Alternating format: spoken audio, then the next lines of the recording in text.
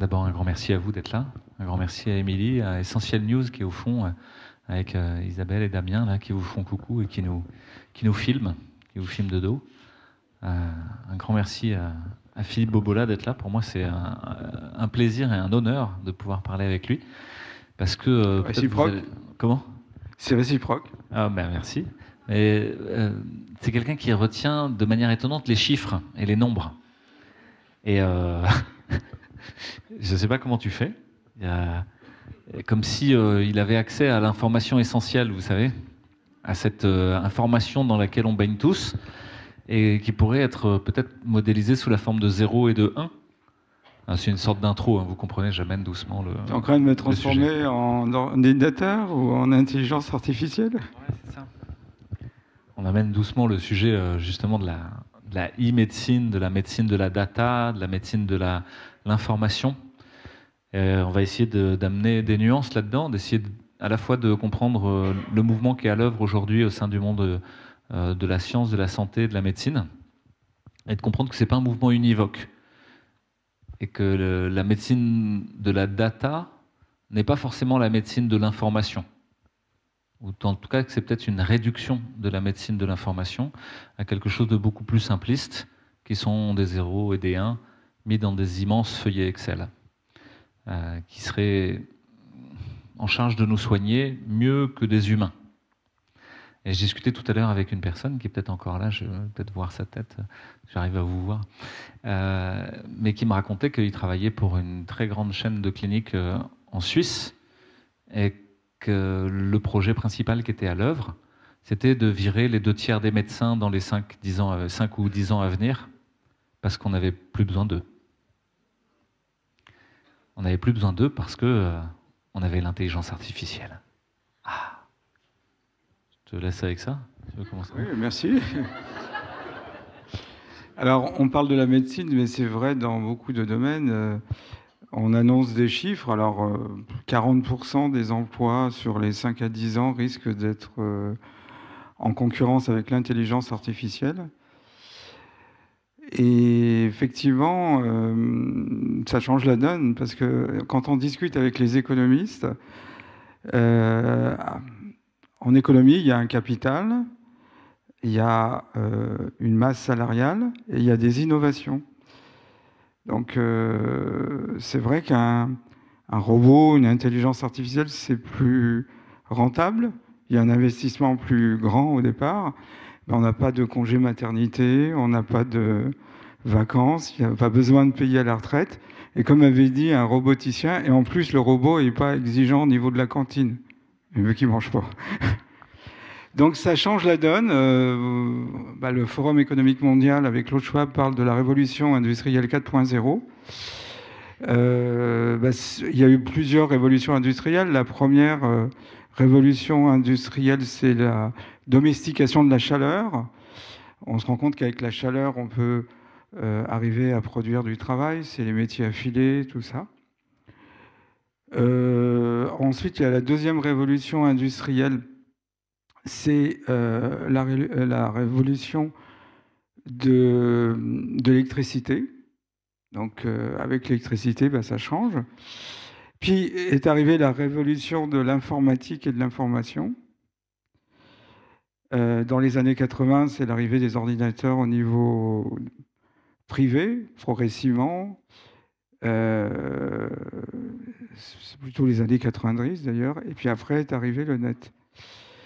Alors jusqu'à présent, les révolutions industrielles ont toujours malheureusement pénalisé les gens les moins formés. Et là, tout le monde va être touché. Donc on sait que au niveau juridique, on peut remplacer maintenant un avocat, un notaire. Il n'y a plus besoin de bibliothécaire. Le robot peut trier les livres en fonction de la thématique. Il n'y a plus besoin aussi de pharmacien, parce que le robot peut scanner une ordonnance et aller chercher les médicaments. On a des drones pour les livrer.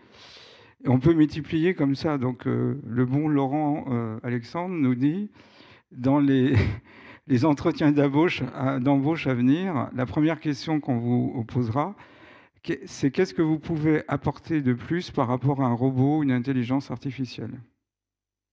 Alors ça pose plein de problématiques, par exemple une réforme pédagogique. Parce que notre formation pédagogique, tout le XXe siècle et une partie du XXIe siècle, c'est une formation où on forme des spécialistes. Alors, comme disait Georges Bernard Shaw, en définissant spécialiste, à force de connaître tout sur rien, on finit par connaître rien sur tout. Donc, l'intelligence artificielle, elle est par essence pluridisciplinaire. C'est un savoir déterritorialisé. Donc, on va se retrouver avec une intelligence artificielle qui a un spectre large au niveau du savoir. Un savoir d'ailleurs qui a été produit par des hommes, hein, c'est des big data pour l'instant, c'est pas vraiment de l'intelligence artificielle. Et puis l'homme qui est monodisciplinaire. Donc on voit bien qu'il y a une sorte de presque de lutte des classes entre l'homme et la machine. On change de la lutte des classes. Et il faut une réforme pédagogique. Alors on commence déjà à avoir des réflexions, on se dit finalement, pourquoi l'université? Les gens pourront choisir à la carte un enseignant, jeune, vieux, avec un accent amusant ou pas. Et ils n'auront pas besoin d'aller à l'université. On va vendre ça en disant que d'un point de vue pédagogique, bah, c'est plus stimulant parce qu'il y a un rapport plus intime avec l'enseignant. En plus, ça va faciliter l'apprentissage. Et donc, progressivement, on voit qu'on est en lutte vis-à-vis de cette technologie. Je finis juste et je te passe la parole après. Et il y a un grand penseur de la technique, c'est Jacques Ellul. Jacques Ellul est très connu au Japon et dans beaucoup de pays, sauf en France, ça ne vous étonnera pas. Et Jacques Ellul a écrit un ouvrage fondamental qui s'appelle « La technique, l'enjeu du XXe siècle », un livre des années 50 où il dit qu'au bout d'un moment, la technique prend son autonomie. Elle prend des directions sans tenir compte des hommes. Elle a sa propre logique. Donc, le problème de la technique, c'est déjà qu'elle ne pense pas, elle a une fonction utilitaire. Et deuxièmement, cette technique, elle sort de son contexte. Par exemple, si on prend le stylo jetable, bah, ça donnait l'homme jetable. Le Kleenex, ça donnait l'homme jetable. Donc au bout d'un moment, la science est au service de la technique et non pas la technique au service de la science. Et donc c'est tout l'enjeu de la médecine. Est-ce qu'on peut avoir raisonnablement une médecine qui se réduit à des 1, 0? Est-ce que la relation patient-thérapeute au sens large n'est pas un élément fondamental? Et on se rend compte que, par exemple, il y a un phénomène assez étrange pour l'instant, va-t-il disparaître? C'est ce qu'on appelle la vallée de l'étrange. Quand vous avez un robot qui est trop semblable à l'humain, il y a une sorte de méfiance. Il faut arriver à avoir une sorte de différence. On appelle ça la vallée de l'étrange, parce que la proximité, la similitude effraie l'homme. Alors c'est pour ça que vous avez des robots pour l'instant chauves, robots Apollon ou Optimus d'Elon Musk, qui n'ont pas encore un aspect totalement humain. Voilà, je repasse la parole. Merci Philippe, il y a beaucoup de choses dans ce que tu as déjà ébauché là. Mais cette réflexion sur la technique, pour moi, est fondamentale parce qu'elle est au cœur de mon travail. En tant que réanimateur, on est dans la médecine la plus technique de toutes, qui consiste à maîtriser des machines qui remplacent les fonctions vitales des humains. Si le sang ne circule pas bien, on met des seringues électriques qui poussent de la noradrénaline, du remplissage par du sérum physiologique, du ringer lactate, des choses comme ça, pour mettre dans les vaisseaux du jus. Et puis pour forcer les vaisseaux à se contracter plus fort. Et si ça ne marche pas suffisamment bien, qu'on n'arrive pas à maintenir l'hémodynamique, on peut mettre une machine qui prend le sang veineux, qui le fait passer dans une pompe et qui le renvoie. Ça s'appelle une machine d'ECMO, qui sont en gros des pompes qui remplacent le cœur et qui font circuler le sang à la place du cœur. C'est ce qu'on fait aussi en chirurgie cardiaque, où pour pouvoir opérer un cœur battant, c'est compliqué, donc on met le cœur en cardioplégie dans un bain de potassium et le cœur s'arrête. Et pendant ce temps, il faut bien prendre le relais. Et il y a un pompiste, c'est comme ça qu'on l'appelle, hein, c'est un technicien qui est en charge de gérer une machine, qui est une pompe qui remplace le cœur, qui prend le sang et qui le réenvoie. Ok, donc on est capable de remplacer la fonction cardiaque et cardiovasculaire, mais la fonction respiratoire aussi. Au début, on met plein d'oxygène, et puis quand il n'y a pas assez d'oxygène, on met un tube dans la gorge avec une machine qui aide à respirer. Puis ça suffit pas, ben, on endort complètement le patient, il fait plus rien, il est plus conscient de ce qui se passe, et c'est la machine qui fait tout. Elle pompe de l'air à une certaine fréquence par minute, un certain volume courant, avec une certaine quantité d'oxygène dedans. Puis on va mesurer combien d'oxygène, combien de CO2 en permanence sont échangés pour voir si on arrive à normaliser, réguler les gaz du sang. Et si ça suffit pas encore, si le poumon il est tellement niaqué, l'alvéole elle n'arrive pas à échanger l'oxygène et le CO2 entre l'air qu'on met à l'intérieur de l'alvéole et puis les petits capillaires qu'il y a autour, les petits capillaires pulmonaires qui sont autour de l'alvéole et qui permettent d'envoyer dans le sang l'oxygène et faire que le sang devient bien rouge et qu'il est plus bleu à la sortie du poumon. Si ces alvéoles sont trop abîmées par une infection, par de l'eau à l'intérieur, parce que vous voulez, par une atteinte du poumon lui-même, ben c'est pareil, on peut, comme on faisait circuler le sang dans une pompe qui remplaçait le cœur, on fait circuler le sang, on prend le sang veineux, et puis on le fait passer dans une membrane de décarboxylation et d'oxygénation, et on le remet. Ça s'appelle une AREC, assistance respiratoire extracorporelle. Ça fait partie de tout ce qu'on appelle les circulations extracorporelles, les CEC. D'accord. Alors, on remplace l'hémodynamique, on remplace la respiration. On pourrait remplacer le foie aussi. Ouais, le foie, on va faire ce qu'il faut pour remplacer le foie. On a même des machines de dialyse sur albumine, c'est-à-dire qu'on va remplacer la fonction filtre du foie qui permet de détoxiquer les choses. Puis on va donner des facteurs de coagulation pour remplacer la fonction coagulation, de synthèse des facteurs de coagulation joués par le foie. Puis on va réguler la glycémie en donnant de l'insuline et du sucre, et puis en mesurant en permanence combien il y a de sucre dans le sang. On va faire pareil avec la fonction rénale. On va faire pareil avec la fonction hématologique, les globules rouges, les plaquettes. À la fin, on remplace toutes les fonctions vitales par des machines. Vous vous rendez compte, le bon métier? C'est particulier quand même, hein? C'est une drôle d'ambiance, quoi. Et en plus, pour que le patient supporte tout ça, on va le bourrer de médicaments pour qu'il ne sente plus rien. Des morphiniques à baston, du sufentanil, de l'alfentanil, du rémifentanil, comme de la morphine, en 100 fois, 1000 fois plus fort. Et puis des médicaments qui lui cassent la conscience. Comme tout ça, c'est tellement douloureux à supporter, il ne faut pas qu'il ait conscience de ce qui lui arrive. Et on va lui mettre comme des somnifères en plus fort. Des médicaments d'anesthésie. Et donc à la fin, on a une personne allongée, nue, bardée de tuyaux partout dans le corps, comme une araignée qui aurait mis ses pattes à l'intérieur, là, et des fils de partout, et des machines qui prennent de l'information, le scope qui prend la fréquence cardiaque, qui prend les battements du cœur, cycle à cycle, la saturation au bout du doigt qui prend la quantité d'oxygène qu'il y a dans le sang. On a des capteurs de glycémie qui permettent d'avoir le sucre en permanence. On a des capteurs qui permettent d'avoir l'électroencéphalogramme, ou en tout cas une partie de l'électroencéphalogramme simplifié qui permet d'avoir l'activité cérébrale du cortex cérébral pour savoir est-ce qu'il dort, est-ce qu'il dort pas, est-ce qu'il a mal, est-ce qu'il a pas mal. On a des capteurs qui permettent de mesurer est-ce qu'il est curarisé ou pas. Et à la fin, on crée des boucles de rétroaction. On capture une information du patient, par exemple la tension artérielle en temps réel. On a mis un cathéter dans l'artère radiale ou dans l'artère fémorale, et en permanence, on a l'ondée sanglante qui nous donne la pression artérielle. Et on a la courbe de pression artérielle. Et on va asservir une seringue électrique de noradrénaline à cette courbe de pression artérielle. Il n'y aura même plus besoin d'humain. Si la pression artérielle baisse, on monte la dose de noradrénaline. Si la pression artérielle est trop haute, c'est simpliste, hein, c'est con comme tout. Actuellement, toute la recherche qui est financée en réanimation est orientée autour de mettre des applications, des apps, des algorithmes qui sont capables d'asservir l'administration d'un médicament et la capture d'une data, la capture d'un paramètre sur lequel on va juger combien de médicaments on met et combien on n'en met pas. Mais attendez, c'est un lien avec ce que disait Jacques Ellul tout à l'heure. La technique pose un énorme problème. La technique, c'est cette manipulation de la matière que fait l'humain. L'humain passe son temps à transformer la matière en autre chose. Je l'ai raconté plein de fois. Mais ça,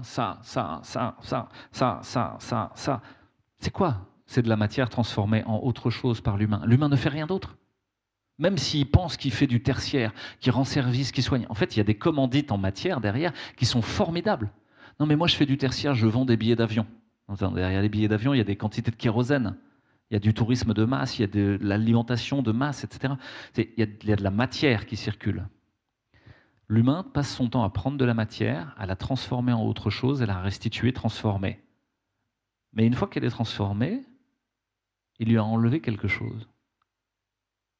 il lui a enlevé le vif, il lui a enlevé le vivant. Cette table ne bougera plus jusqu'à ce qu'elle soit... Enfin, elle bougera quand elle sera détruite. Hein. En tout cas, elle bouge à un rythme qui n'est plus du tout le même que celui de l'arbre.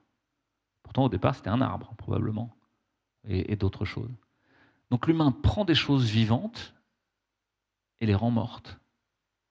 Et en fait, le petit théâtre dans lequel il vit, dont on parlait tout à l'heure, d'illusion.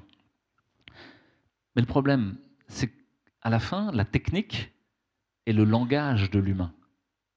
Mais même le langage, même les mots, c'est une technique. C'est une technique apprise très tôt, très jeune, par la répétition mimétique avec la maman, ba, ba, ba, les écolalis, etc. Et on apprend à communiquer les uns avec les autres en faisant vibrer de l'air sur nos cordes vocales, et puis bon, ça fait quelque chose sur nos tympans, ça produit quelque chose, et on lui donne un sens. Ok, mais c'est une technique. On pourrait parler autrement. Vous savez, les Bushmen qui... Pas grand monde qui a compris là. Hein. Mais vous ne maîtrisez pas cette technique-là. Ok, j'essaie de ne pas être trop long parce que c'est un énorme sujet en soi. Qu'est-ce que c'est la technique? C'est notre langage, très profondément. C'est notre relation au monde et à la matière passe par une interaction technique. Et qu'est-ce qu'on cherche à faire dans cette interaction-là? C'est à créer des choses qui sont figées une fois pour toutes. Mais c'est compliqué de faire des choses figées une fois pour toutes. Vous voudriez faire un chef-d'œuvre à chaque fois que vous faites quelque chose. Mais il se trouve qu'un artisan, quand il fait une table, avec son rabot et sa main, un coup il fait un chef-d'œuvre et puis un coup il fait un truc qui est de guingois, quoi, qui n'est pas complètement super. C'est réitéré à chaque fois. À chaque fois qu'il a une interaction avec la matière, il retente le coup. Et il se transforme au passage et il transforme la matière au passage.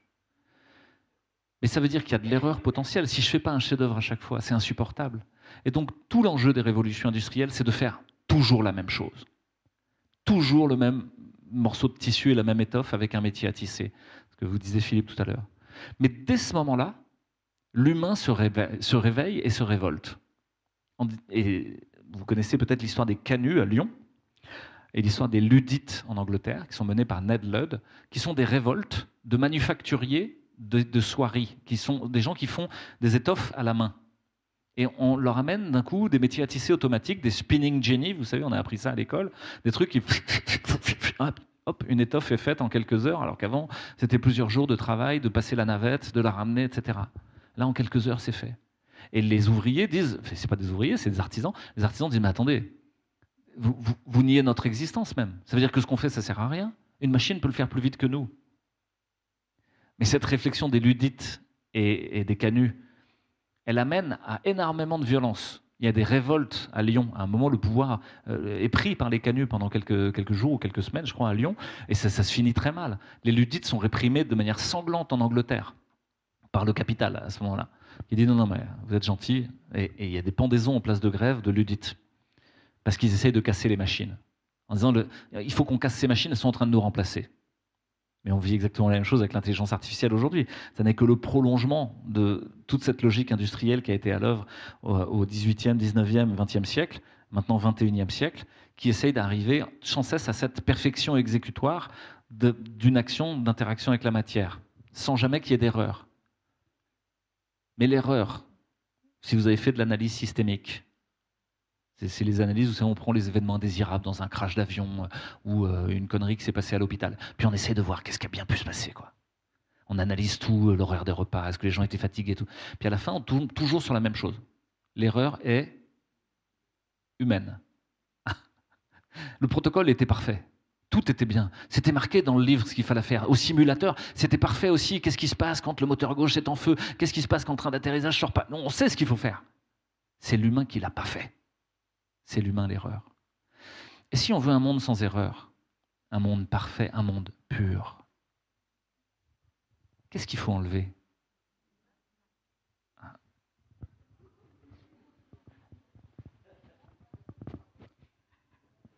Alors, effectivement, la technique est indispensable chez l'homme. L'homme est un homo faber, un fabricant d'outils. D'ailleurs, Bergson nous dit que l'homo faber a fait l'homo sapiens, c'est-à-dire que ça a modifié notre cerveau. Mais d'un autre côté, un autre grand penseur de la technique, Martin Heidegger, disait « La science, et j'ajouterais la technique, ne pense pas, telle n'est pas sa fonction. Et un biologiste, Jean Rostand, disait « La science a fait de nous des dieux avant que nous fussions devenus des dieux nous-mêmes ». Donc la technique nous donne une puissance, mais il n'y a pas forcément la sagesse et la conscience qui va avec. Le problème de la technique, c'est qu'elle avance beaucoup plus vite que l'évolution des consciences. Son évolution est exponentielle. Si vous regardez la vitesse avec laquelle l'intelligence artificielle se développe, j'ai des copains qui travaillent dans ce domaine, qui font de la recherche, ils n'arrivent même plus à suivre. C'est exponentiel. Effectivement, on va dire que on nous fait passer, sans nous le dire, que l'humain est le problème. C'est le problème économique, parce que effectivement, il y a une possibilité, l'erreur est humaine, et on veut des choses reproductibles, donc uniformes. Et c'est le taylorisme. Lorsque Ford fabrique sa fameuse Ford T, il promet une Ford T à tous ses employés à une condition, c'est qu'elle soit toujours identique. Dès qu'on veut avoir une option, eh bien, ça prend différente, ça prend du retard, et donc ça retarde les chaînes, et time is money, donc effectivement, c'est une baisse de rentabilité. Alors, une petite anecdote avec un copain, un jour, on se dit, tiens, on va voir le degré de flexibilité d'un McDonald's. Donc on arrive pour commander et on dit, on voudrait un Big Mac, mais avec 4 cornichons. Et le gars nous dit, c'est pas possible. Donc il y a la queue s'accumulait. Donc on commence à dire, non, on veut 4 cornichons, on veut les payer. Et donc ils ont fait venir leur directeur. On n'a pas eu gain de cause. Il nous a dit, non, ça retarde la chaîne. Voilà. Donc, aux États-Unis, à Washington, j'avais demandé, parce que tout est sucré, un steak non sucré. Ah non, c'est un supplément parce que ça retarde la chaîne. C'est les temps modernes de Chaplin, c'est-à-dire qu'il y a une accélération. Et donc, la Chine a longtemps résisté à cette pensée technique, parce que dans la pensée traditionnelle chinoise, ce qui intéresse, c'est la différence entre deux objets. Ce n'est pas la ressemblance, c'est la dissemblance. Et on voit bien que progressivement, la technique a imposé sa philosophie. Un homme uniforme. Si vous regardez la révolution industrielle 4.0, on veut faire des hommes sur mesure. Un homme, ce n'est pas contrôlable. Vous voyez, il peut s'énerver, il peut être gentil, il peut être calme. Une femme a des rythmes aussi émotionnels comme l'homme. Donc tout ça, ce n'est pas contrôlable. En fin de compte, l'Occident déteste ce qu'il ne peut pas contrôler. Ça, c'est un fait. Alors, quand on regarde le rapport de l'Occident vis-à-vis de la nature, c'est assez intéressant. Il faut savoir que la chrétienté s'est développée à partir des païens, les Romains. Le Christ a essayé de réformer la religion judaïque, ça n'a pas fonctionné, donc il s'est tourné vers les païens. Et la forêt est le symbole des païens, c'est des peuples des bois. Et la forêt, l'homme occidental ne peut pas la contrôler, la maîtriser. Forêt, ça vient du latin forestare, ça veut dire le territoire interdit. Alors, si vous regardez d'ailleurs tous les contes de Perrault, etc., la forêt est un endroit sombre, avec un loup, c'est dangereux, c'est le pays de Merlin l'Enchanteur, ça manie des forces de l'invisible, bref, c'est effrayant. Arrive Descartes qui nous dit, dans son discours de la méthode, être comme maître et possesseur de la nature. Et donc, on commence à vouloir maîtriser la nature. Et pour la maîtriser, qu'est-ce qu'il faut ? Il faut couper les forêts primaires pour avoir des forêts secondaires, tous identiques avec des arbres qui sont identiques, replantés, etc. Et puis, ce n'est pas suffisant. Alors, on commence à envisager la modification du génome. C'est les organismes génétiquement modifiés, animaux et végétaux. Puis arrive le sommet, le transhumanisme. Avoir un homme complètement transformé, un transhumain.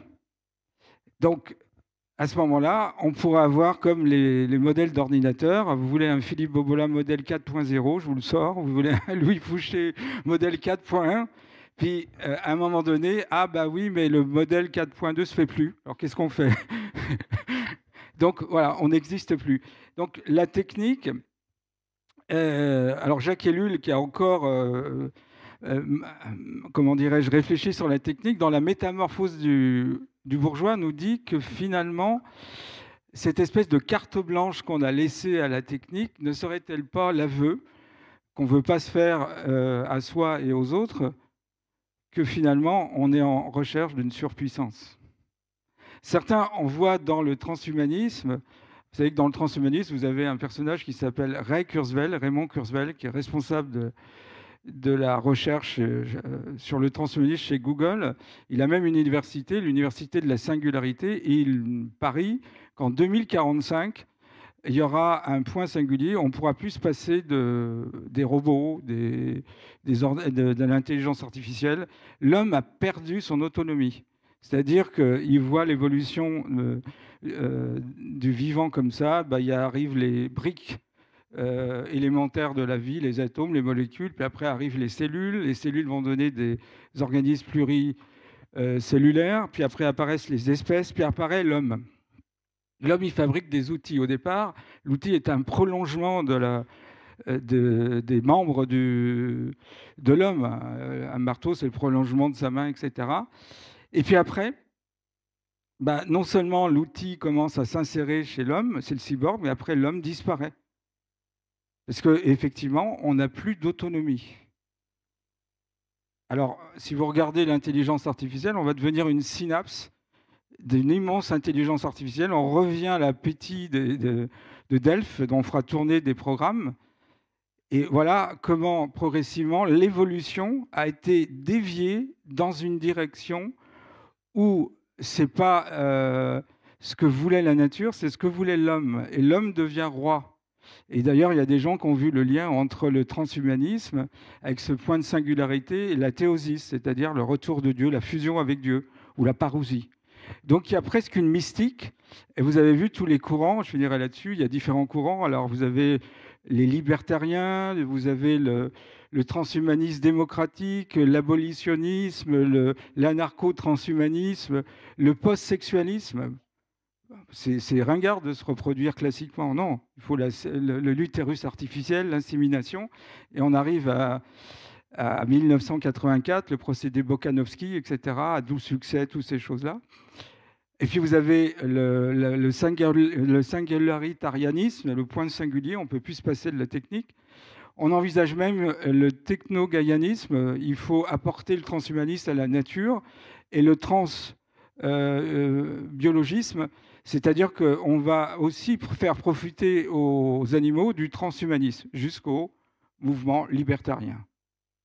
Et on aura balayé toute l'évolution pour aboutir à ça. Alors je terminerai par la réflexion d'André Breton sur Salvador Dali. Autant d'ambition pour arriver à aussi peu, c'est bien dommage. Encore une fois, ça me fait penser à énormément de choses, tout ce que tu dis, mais je reviendrai sur quelques éléments.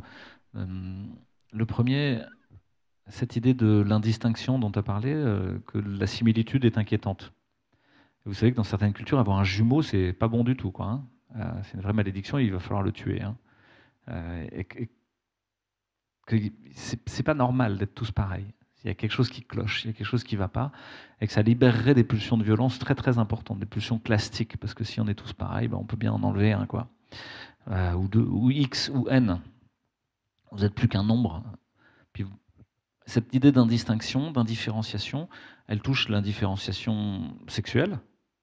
Vous savez qu'aujourd'hui, on ne parle plus de sexe, la plupart du temps, on parle de genre. Et puis on arrive à des moments où tout doit être non-genré, y compris l'éducation, la façon dont on parle à l'université, etc. Et c'est comme si c'était le stigmate de ce moment où ça y est, il n'y a plus vraiment de différence entre chacun d'entre nous. On devient un être androgyne, jaillissant de la Terre. Et puis c'est ça l'idéal de l'accomplissement de l'humain. Attendez, on a déjà vu ça, hein. Vous connaissez le Jugendstil? Non? Le Bauhaus, des choses comme ça, qui sont des moments artistiques liés au soviétisme ou de l'autre côté au Reich allemand, au Reich nazi. Et peut-être vous avez mémoire de ces espèces de figures jaillissantes de terre, parfois ailées, qui sont androgynes, ni hommes ni femmes, ou et hommes et femmes, et en même temps, le fameux et en même temps, qui contamine toutes les sphères de compréhension du monde, et qui jaillissent de la terre comme pour s'en affranchir, pour arriver à enlever les racines, à couper enfin ce dont on était. Et ça a donné ces grands buildings en acier, qui sont tous les mêmes dans le monde soviétique, comme dans le monde nazi, c'est les mêmes. comme si l'indifférenciation était au fond l'apanage des régimes totalitaires. Un moment terminal d'une civilisation où elle essayait de revenir à son point zéro, à l'endroit de la cellule souche, du méristème, comme s'il n'y avait plus d'énergie motrice dans cette société qui soit donnée par l'humain, et donc on essaye de revenir à ce moment d'indifférenciation primale qui est la toute première cellule œuf, qui est le gamète mâle et le gamète femelle mis ensemble, et qui a nul autre pareil, pour autant, et qui va se reproduire au départ pour donner un petit tas de cellules qu'on appelle une morula, comme une petite mûre. C'est des cellules qui sont toutes les mêmes, avec le même génome et avec la même expression de ce génome, donc le même phénotype aussi. Et puis rapidement, pour que l'organisme survive, ne devienne pas un cancer, il faut une polarisation céphalo-caudale entre le cerveau d'un côté, la tête, et puis de l'autre côté la queue. Et donc il y a une polarisation qui se fait. Et puis ensuite il y a une différenciation des tissus. Et en fait tout le mécanisme d'individuation, c'est un mécanisme de différenciation. L'indifférenciation, c'est un mécanisme régressif. On est à ce moment-là de notre société où on est tellement régressif qu'on veut devenir comme la machine et s'hybrider à la machine. Et c'est le fantasme d'un certain nombre de ces transhumains, c'est cette idée de toute puissance dont parlait Philippe, mais cette idée de toute puissance qui est, enfin, je peux maîtriser tout ce qui va se passer dans le monde, et il n'y aura pas de heurts, il n'y aura pas d'aléas, il n'y aura pas d'accidents. C'est une logique profondément peureuse, au fond. Très peu à l'écoute de ce qui pourrait arriver. Il faut au contraire contrôler et prédire. Et c'est toute la logique centrale de notre société, contrôler et prédire. Vous devez savoir combien il y aura de nuages demain et à quelle heure il pleut. Vraiment. C'est essentiel à votre vie. Sinon, vos vacances sont foutues, quoi. Vous n'êtes pas sûr de pouvoir. Il faut absolument savoir où est-ce que Waze vous pilote et combien il y aura d'embouteillages sur quelle ou telle route pour aller jusqu'à Genève ou revenir. Il faut absolument savoir quel restaurant est ouvert. Vous ne pouvez pas errer dans la ville à la recherche de quel kebab et de quelle pizzeria est ouverte. Alors que, encore une fois, l'erreur, l'accident amène à des très belles choses. Je vous donne une expérience vécue tout récemment. Il y a quelques heures, il y a quelques minutes, je suis allé chercher à manger dans la ville. Un truc toxique de Marseillais. Je cherchais soit des frites, soit une pizza. Donc les choses étaient assez claires. Potentiellement un kebab. Donc rien à voir avec la santé, vous comprenez. J'étais dans un suicide volontaire et à petit feu. Et je trouve une pizzeria. Et dans cette pizzeria, je discute avec le pizzaiolo qui est ouvert un dimanche de Pâques à 20h. Enfin, respect, quoi. Il n'y a pas tout le monde. Qui est une personne humble, qui gagne sa vie comme elle peut.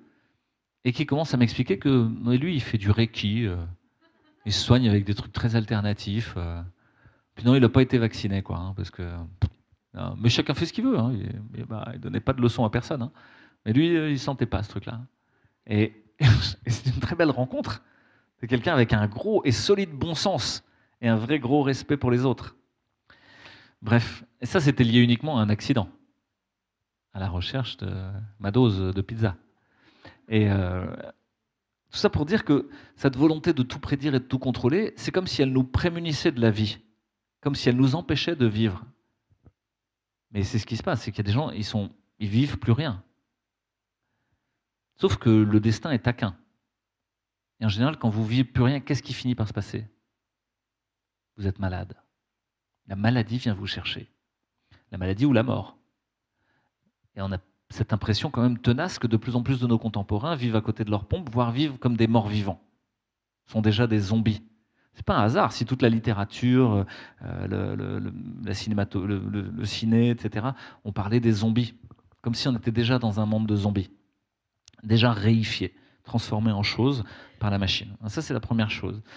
C'est réfléchir à cette question de l'indifférenciation, de la différenciation, à cette espèce de fantasme régressif de revenir à la toute-puissance de la cellule œuf pour qui tout serait possible, mais il ne réalise aucune de ses fonctionnalités. Il faut que tout soit possible.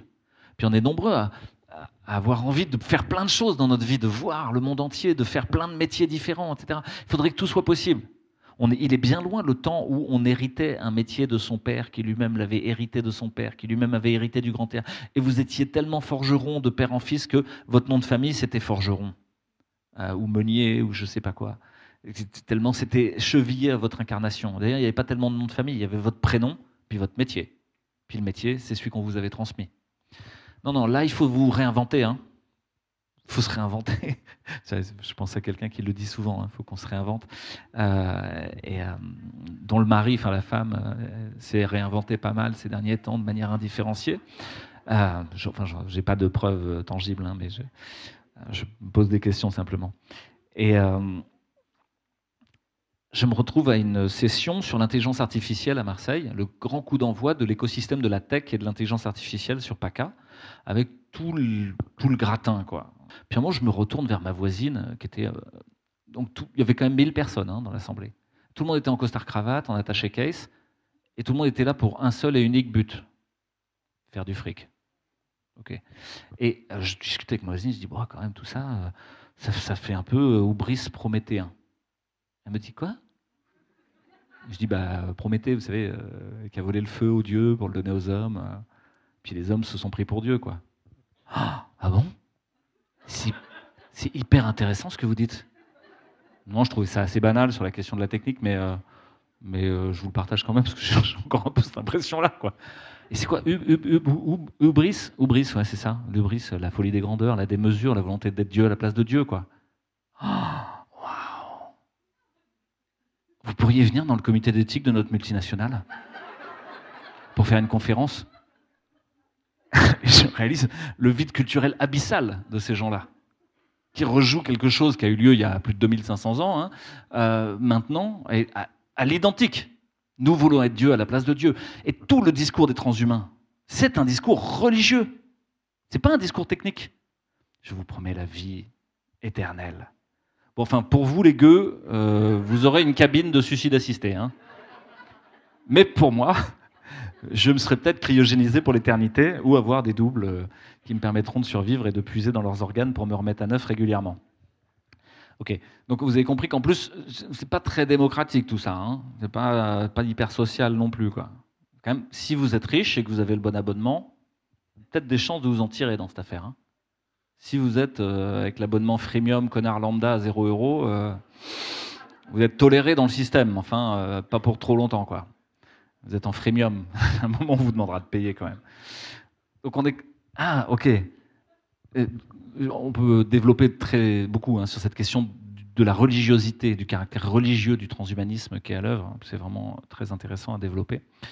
À la fois religieux et millénariste, c'est-à-dire une sorte de promesse de paradis perdu, de retour à un âge d'or. Enfin, si vous êtes hybridé à l'intelligence artificielle, et vous l'êtes déjà, probablement 80, 85, 90% de la salle a un téléphone portable connecté à Internet. Dans la poche, vous êtes déjà hybridé à la noosphère numérique. Okay, et vous passez un certain temps, comme moi, à interroger Grok. Avant, c'était Google, mais maintenant, c'est Grok ou ChatGPT, pour discuter avec cette encyclopédie vivante et essayer de trouver ses limites, et puis apprendre plein de choses. Vous êtes étonné, d'ailleurs, de sa capacité à vous enseigner. D'accord, mais derrière tout ça, il y a toujours un problème qui est en filigrane. On parle de Dieu, on parle de religion, on parle de vie éternelle, on parle de toute puissance. On parle de pouvoir. On parle de pouvoir et d'argent. La question de la technique, c'est une question de pouvoir et de hiérarchie. Celui qui maîtrise la technique maîtrise le destin des autres. Il a dans sa main de quoi asservir les autres. C'est vrai, avec un marteau, je pose un marteau au milieu de cette salle, de cette table. Je le prends, je le brandis, et je casse la tête de Philippe en lui disant « File-moi ton téléphone portable ».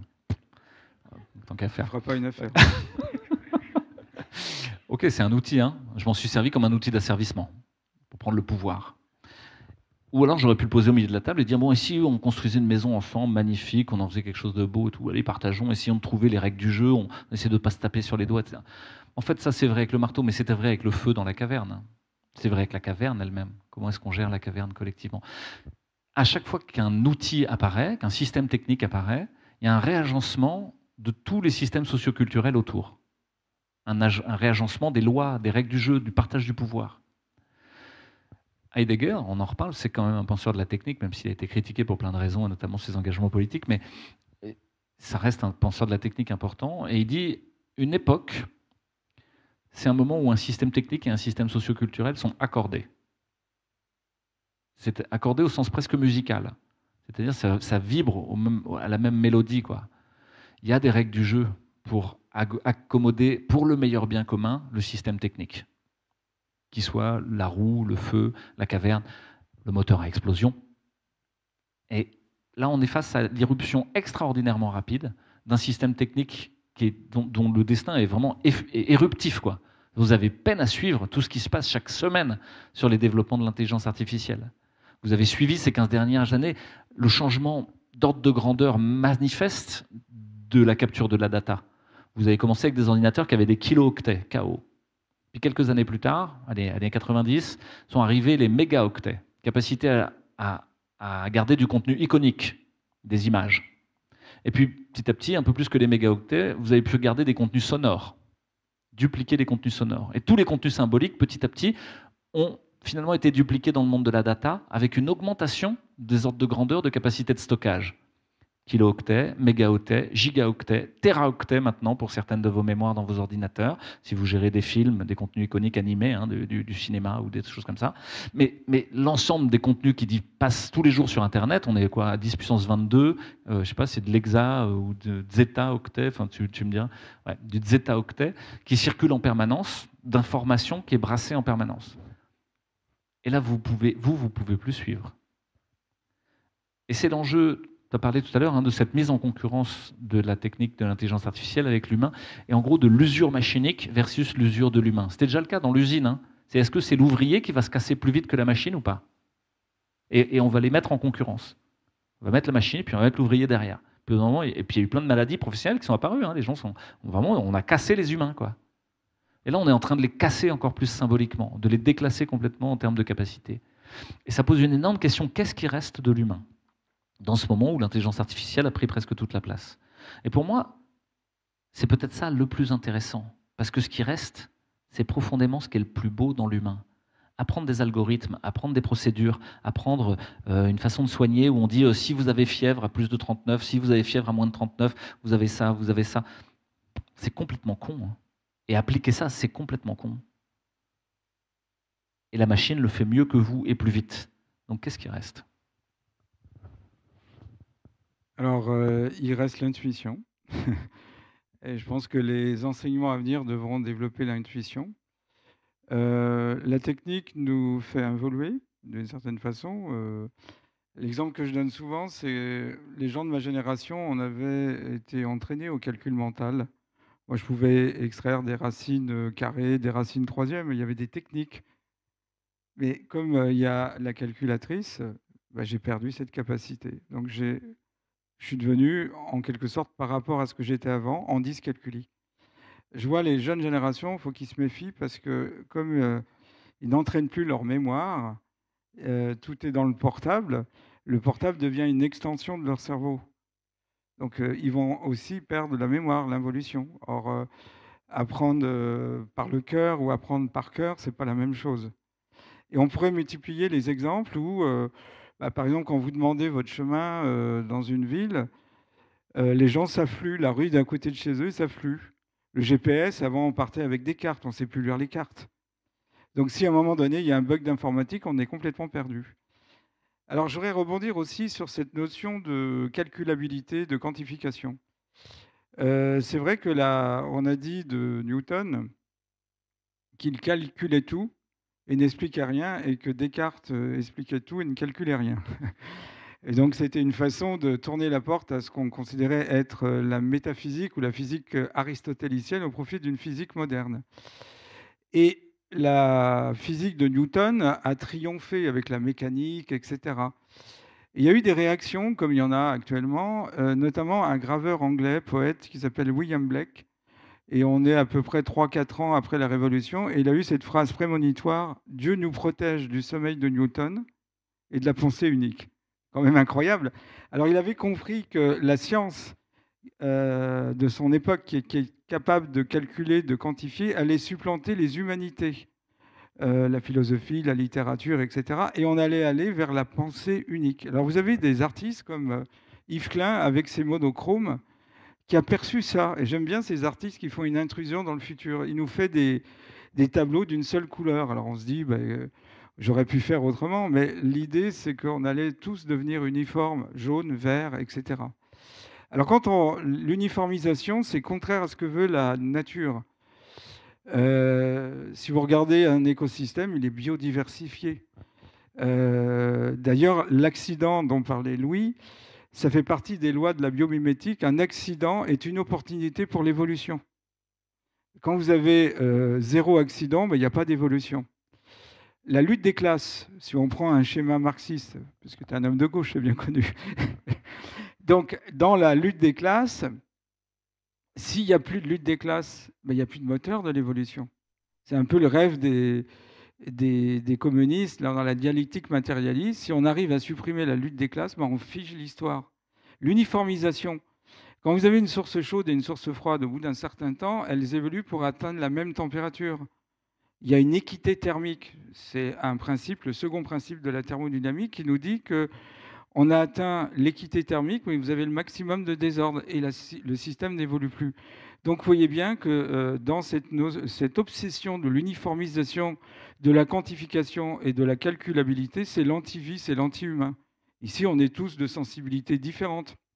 Et c'est ça qui fait la richesse de l'humanité, c'est nos différences et non pas nos ressemblances ou notre uniformisation. Quand on regarde l'unité au sens spirituel du terme, c'est la somme des complémentarités. Ça n'a rien à voir avec cette semblant d'uniformisation qu'on nous propose, qui est une forme de copier-coller. Vous avez des gens qui ont le pouvoir, ils vont décider d'un système économique, d'une vie sociétale, et ils vont le copier-coller partout. Et c'est ce qu'on a fait d'ailleurs dans les colonisations, parce qu'on a désafricanisé d'une certaine façon l'Afrique en leur imposant des cultures, c'est ce que j'appelle du prêt-à-porter spirituel et non pas de la haute couture. Avant, ils avaient leur propre spiritualité. Et donc, il y a un réel problème avec la science, si on regarde. Cette obsession de tout prédire, tout prévoir, c'est l'antivie par excellence. Et d'ailleurs, à l'époque de Newton, les romantiques avaient dit, nous, on ne veut pas prédire de qui on va tomber amoureux, on veut tomber amoureux par hasard, c'est le coup de foudre. Je me souviens, pour la petite anecdote, je m'étais fait coller vis-à-vis d'un prof de français parce que j'avais appris que Paul Claudel s'était marié par une agence sur une annonce dans Le Chasseur français. Et j'avais dit, ça ne peut pas être un grand poète s'il s'est marié comme ça. Et donc, je m'étais fait coller et virer parce que le prof était un fanatique de Paul Claudel et donc il n'avait pas supporté ma réflexion. Donc, il y a chez l'humain, la beauté, c'est la différence. Il n'y a pas un visage semblable, il n'y a pas une intelligence semblable, il n'y a pas une sensibilité semblable. Et c'est ça qui fait la richesse. Donc, attaquer cette biodiversité qu'on trouve au niveau culturel, au niveau humain, c'est attaquer ce qui fait la spécificité de l'humain. On prend notre belle France, c'est un pays où il y a une diversité, on en parlait en privé, des paysages. C'est un pays où il y a le plus de biodiversité. C'est pour ça que la France est beaucoup convoitée par cette biodiversité de paysages. Vous avez la montagne, la mer, vous passez d'un département à l'autre, vous avez un autre climat, une autre végétation. Et c'est ça qui fait la beauté de la France. Donc cette obsession de gommer la différence, on le retrouve dans l'Open Society. Alors, Georges Soros, qui a une formation de philosophe, a détourné le travail d'un philosophe qui s'appelle Karl Popper, qui a créé un ouvrage remarquable qui s'appelle La société ouverte et ses ennemis. Et Karl Popper décrit les sociétés isolées comme des sociétés totalitaires, et il dit qu'il faut faire attention d'avoir une société trop isolée, comme la Corée du Nord à une époque. Donc il a pris le contre-pied. N'oubliez pas que le monde dans lequel on est, c'est l'inversion. Et donc il a dit qu'il faut tout ouvrir. Donc on supprime les frontières. Les frontières, c'est fasciste, c'est totalitaire. Or, le vivant, si vous prenez une cellule, il y a une membrane qui va séparer l'intérieur de l'extérieur. S'il n'y avait pas une membrane dans chaque cellule, mais on trouve une membrane chez les virus, chez les bactéries, il n'y aurait pas cette différence entre l'intérieur et l'extérieur. Un sociologue, Georges Gimel, disait l'équilibre dans une société, c'est l'équilibre entre la porte qui signe le privé et le pont qui signe le collectif. Et donc, si à un moment donné, l'État veut s'introduire dans le privé, ce que n'avait pas réussi à faire le régime communiste, et bien à ce moment-là, vous avez perdu la porte, le privé, ce qui fait que vous êtes chez vous, avec une intériorité qui vous est propre. Donc, cette diabolisation de la frontière va jusqu'à envisager qu'il ne faut pas qu'il y ait un sexe masculin et féminin, il faut supprimer tout ça.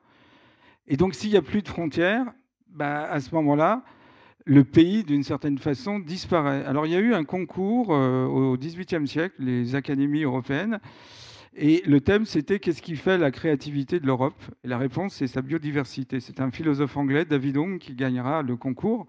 Par la suite, il s'illustrera dans d'autres réflexions philosophiques, mais l'espace européen était un espace biodiversifié. Je me souviens, quand mes parents m'emmenaient en Italie, on mangeait différemment, s'habillait différemment, on était complètement dépaysés. Maintenant, les zones industrielles, si on vous bande les yeux, on vous met dans une zone industrielle, vous ne savez pas si vous êtes en Italie, en Allemagne, en France, en Autriche, en Allemagne, il n'y a rien. Si vous ne voyez pas une plaque d'immatriculation ou une enseigne, vous ne savez pas où vous êtes. C'est uniformisé. Donc la diabolisation de la frontière, qui est propre à l'Europe, je reprendrai la formule du général de Gaulle, un patriote aime son pays, un nationaliste déteste les autres pays. Ce n'est pas parce que vous aimez votre pays que vous êtes forcément totalitaire et fasciste. Et c'est ça qui a fait la biodiversité de l'Europe, ce creuset culturel qui fait qu'il y a eu énormément d'inventions, de brevets, etc. Et c'était la biodiversité. On doit maintenir la biodiversité. Alors vous imaginez si tout le monde est sur le modèle Philippe 1.0 ou Louis 2.0, ben, il n'y a plus de créativité, il n'y a plus de motivation. Et on arrive au système soviétique, parce que dans le modèle du transhumanisme, il y a la naissance d'un nouvel homme, un homme transhumain, moi je dirais un infra-homme, et on y voit une transcendance.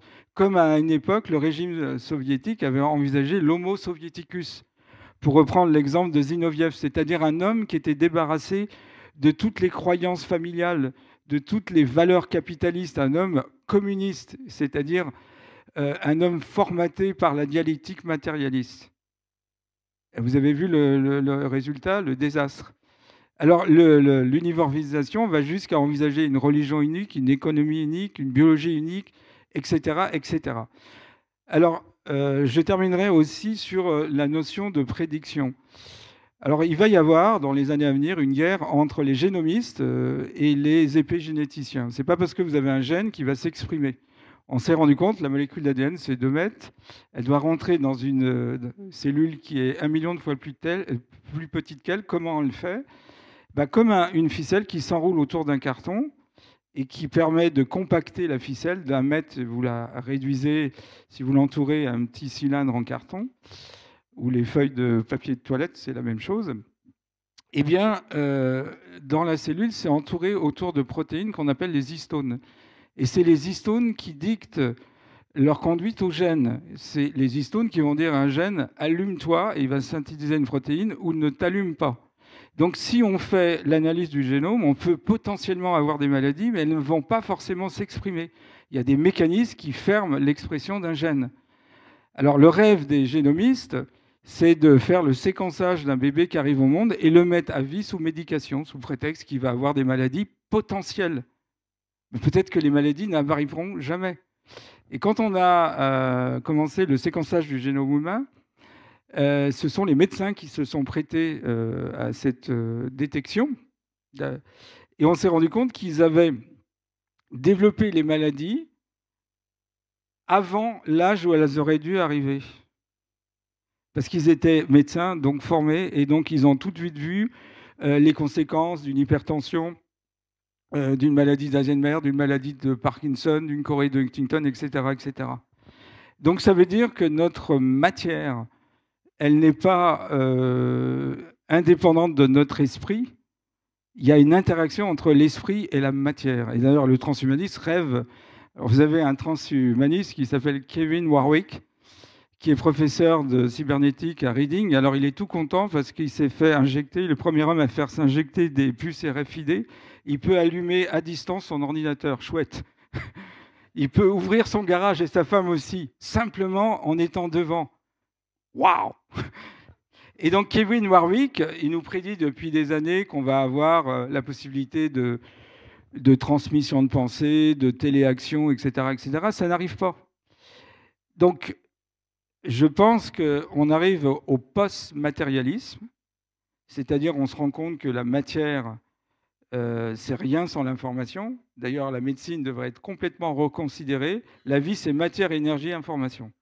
Alors, si on veut faire très facilement comprendre ce qui se passe actuellement, qu'est-ce que c'est que l'information? Un mathématicien qui s'appelle Norbert Wiener, qui est le père de la cybernétique, a défini l'information ainsi. L'information n'est ni masse ni énergie, mais néanmoins, elle a besoin de cette énergie pour être véhiculée. Je prendrai l'exemple de la voiture. La voiture, c'est un poids, plusieurs tonnes, c'est de l'énergie quand elle roule. Mais s'il n'y avait pas un conducteur, la voiture, elle ne sait pas où elle est, elle ne peut pas rouler. On n'a pas encore des voitures automatiques. Donc, si vous maîtrisez l'information, vous maîtrisez la matière et l'énergie. Et on n'a pas une théorie de l'information en biologie. Il y a Henri Atlan qui a commencé à faire une théorie de l'information, mais c'est grossier, il le sait très bien, c'est un début. Donc il y a encore beaucoup de choses à découvrir qui montrent que la matière n'est pas une fin en soi. On sait que par exemple une plante a en moyenne 50 fois plus de chromosomes que nous. Donc on ne peut pas corréler la complexité du vivant au nombre de chromosomes. Vous avez certaines amibes qui ont 200 fois plus de gènes que nous. Donc ça veut dire quoi? Ça veut dire que la complexité du vivant ne tient pas uniquement à la matière. Et le transhumanisme a une idéologie matérialiste. C'est une forme de religion matérialiste, où le but, c'est de vaincre la peur fondamentale de ces hommes, c'est la peur de mourir. C'est le mythe de l'immortalité qu'on retrouve à travers l'épopée de Gilgamesh, etc. Et Kevin Ray Kurzweil, il prend chaque jour une centaine de pilules. Ça lui coûte plus de 1500 $. Voilà, par peur de mourir. Donc, quand vous avez tout, le seul bien que vous ne pouvez pas acheter, c'est la prolongation de la vie. Vous êtes milliardaire et peut-être vous allez mourir à 60 ans, alors que le paysan du coin qui n'a pas votre fortune, peut-être qu'il a une meilleure vie que vous, il est moins stressé, il est moins torturé dans sa tête, il va durer 90 ans. Pour un oligarque, c'est intolérable. Donc il faut arriver à prolonger la vie et, comme disait Jules Renard, être heureux passe encore faut-il que les autres ne le soient pas. Donc si on peut contrôler, alors dans leur tête ça commence à dire, si l'humain est le problème, vous voyez, le problème, l'obsession du transhumanisme, c'est de dire l'humain est le problème. Il est le problème dans le réchauffement climatique, il est le problème dans la dégradation des environnements.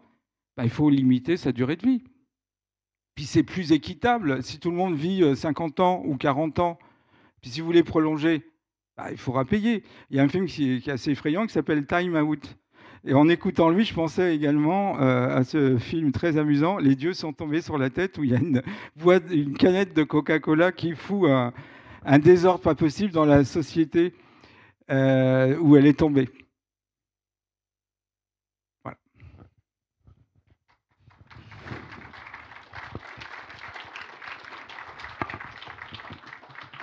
Je ne sais pas quelle heure il est, hein. Vous pouvez vous ébrouer, bailler un peu, etc., hein, si vous avez envie de vous attirer, de revenir au corps, justement, à cette chose-là. Et peut-être qu'on va doucement, je sais pas, je regarde Émilie du coin des yeux pour savoir vers quand est-ce qu'on doit commencer un peu la discussion, mais on ne doit pas être très loin. Il y a beaucoup à dire encore sur tout ça. Et une des choses que j'aimerais ajouter, c'est que cette volonté de s'unir à plus grand, de se diluer dans un tout, c'est profondément enchâssé en nous. Hein. Ça fait partie de l'aspiration spirituelle de l'humain. C'est un moment, ouais, je suis moi, je suis contraint par cette forme, cette incarnation, d'accord. Mais je peux arriver à connecter à quelque chose de plus vaste, à l'ensemble de l'information. Et pourtant, il va falloir que je réussisse à ne pas m'y diluer intégralement.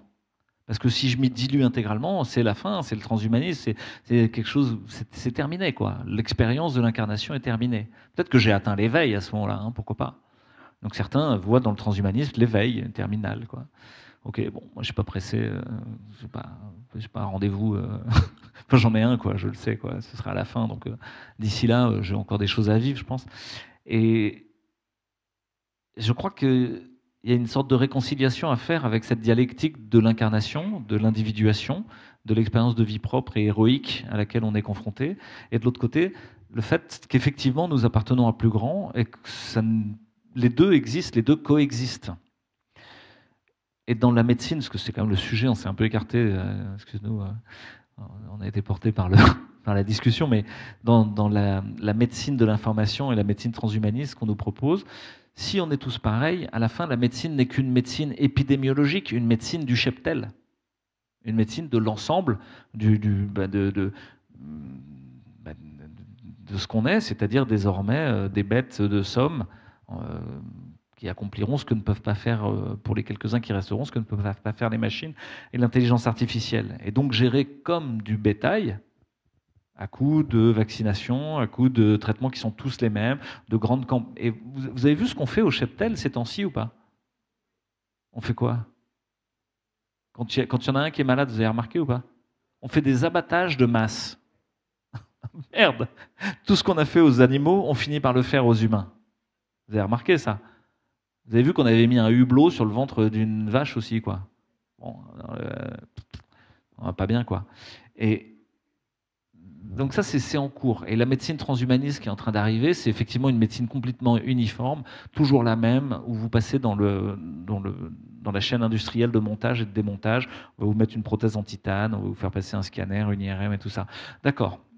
Ça, c'est bien acté, toutes les planètes sont alignées, tous les investissements sont faits. Et ce qui est paradoxal, c'est que dans le même temps où ça arrive, il n'y a jamais eu autant d'aspiration à aller vers d'autres médecines, d'autres façons de faire, et y compris dans le système institutionnel. Et je vous en parle en anesthésie, par exemple, il n'y a pas de médecine plus normative.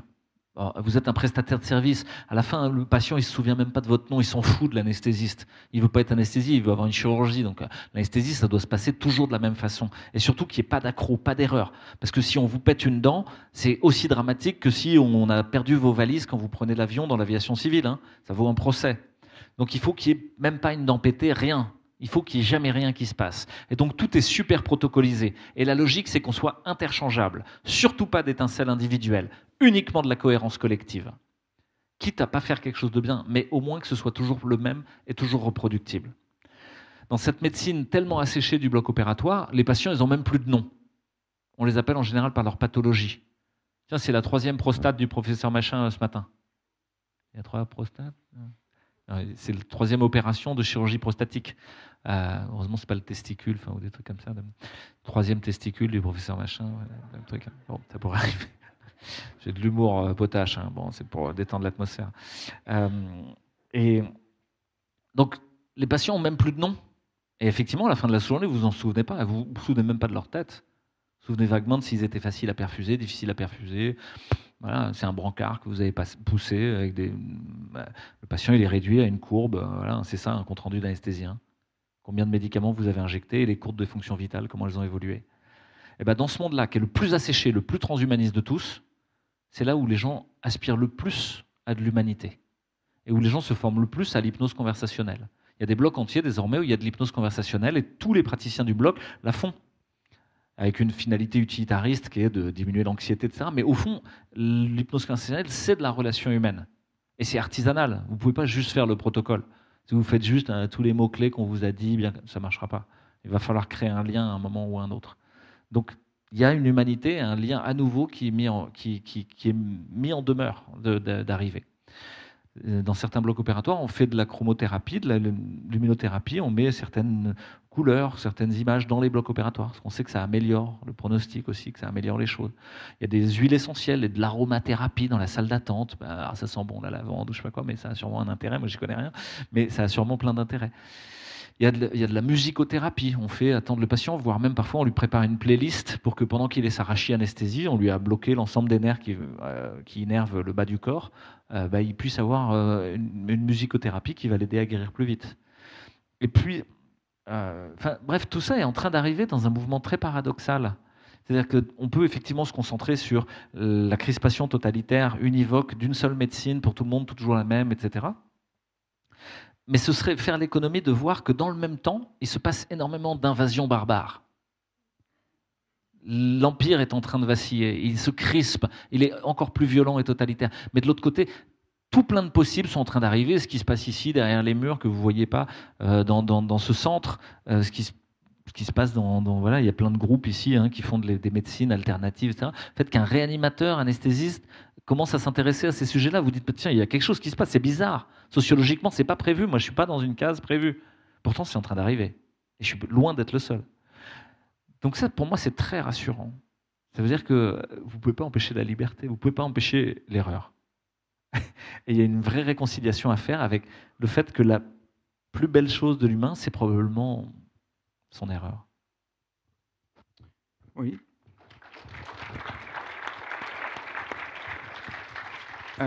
Holderding disait « Là où le danger croît, les moyens pour combattre ce danger croissent également ». C'est la loi du balancier. Donc, on veut aller trop loin dans une direction. Il y a une réaction, c'est un principe newtonien. L'action et la réaction, il y a une réaction. Donc, il y a plein de médecins qui se rendent compte qu'ils auraient pu soigner autrement. Ils n'ont plus envie de soigner tel qu'on leur propose, puisque finalement, on les amène à disparaître. Ils ont tout à fait raison d'aller dans d'autres directions. Et puis, c'est une façon aussi de faire évoluer la médecine, puisque effectivement, l'alliance entre la médecine allopathique et les médecines autres, c'est intéressant. Le terme même de médecine parallèle, vous voyez, deux droites parallèles se recoupent, certes, mais à l'infini. Vous trouvez d'autres noms. Médecine complémentaire, qui complète qui? Peut-être qu'il arrivera un moment où c'est la médecine allopathique qui viendra compléter les autres médecines. Voilà. Et c'est ça la vie, c'est la complémentarité. La philosophie de la mécanique quantique est la suivante: les opposés ne sont pas contradictoires, mais deviennent complémentaires. C'est ce que un des pères fondateurs de la physique quantique, Niels Bohr, avait fait graver sur son blason: une philosophie complémentariste. C'est peut-être ce qui est en train d'arriver, où chacun va être obligé d'utiliser une intelligence artificielle. Avec un ami qui est un spécialiste de la forêt, on réfléchissait et on voyait une forêt et on se disait, c'est quand même intéressant la forêt parce que l'intelligence des plantes et des arbres, c'est dans la racine. C'est ce qu'avait déjà perçu Empédocle d'Agrigène quand il disait l'arbre est un être inversé. Et dans les racines, vous avez dans la partie terminale de la racine, l'apex, des courants électriques. Et ça nous amène à redéfinir l'intelligence. L'intelligence, ça vient du latin interlegere, c'est-à-dire c'est lier les choses les unes aux autres, c'est résoudre des difficultés, c'est s'adapter à des nouvelles situations et c'est donner sens à ce qu'on vit. Mais le plus important, c'est d'arriver à lier les choses les unes aux autres. Et donc, la forêt, les plantes, les végétaux, c'est un chef-d'œuvre d'intelligence collective. La fixité, on a l'impression qu'il y a eu deux voies évolutives. Il y a une voie de la fixité, une voie du nomadisme, si je puis dire. Novalis disait « l'arbre ne peut être qu'une flamme grimpante, l'animal une flamme errante et l'homme une flamme parlante ». Il parle beaucoup, mais ce n'est pas toujours efficace. Et donc, la fixité de la plante, c'est une contrainte qu'elle a dépassée par une intelligence collective. Donc, il y a toujours une réaction. Et donc, on est atteint d'un nomadocentrisme. On a du mal à comprendre une plante qui est, comment dirais-je, sédentaire. Mais elle a développé toute une intelligence. Donc, c'est ce qu'on est en train de faire, développer d'autres formes d'intelligence, d'autres stratégies, parce que le système a été trop loin. Et c'est l'éternel problème. L'appât du gain fait qu'on veut toujours plus, du toujours plus, du toujours plus, du toujours plus. Et à vouloir créer du toujours plus, on finit par se casser la gueule. Et donc, on entraîne des réactions d'opposition, des réactions d'organisation différentes. Et c'est ce qu'on est en train de voir. Il y a des tas dans toutes les disciplines, les gens commencent à comprendre que ça ne va plus. L'université est complètement bloquée, la médecine, n'en parlons pas. le juridique, etc., etc. Donc le danger d'être remplacé par la machine, c'est peut-être l'opportunité qu'a l'humain pour retrouver son humaine nature.